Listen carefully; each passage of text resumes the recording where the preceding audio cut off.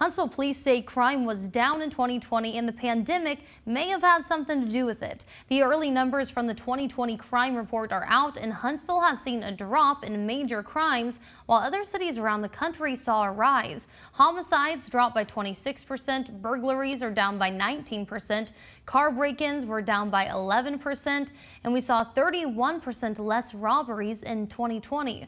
Investigators say the full report could show some increases. Maybe there will be some negative impacts because in some of those smaller crimes, smaller thefts and things like that that occur, shopliftings and whatnot, we may see that there was somewhat of an uptick in some of those.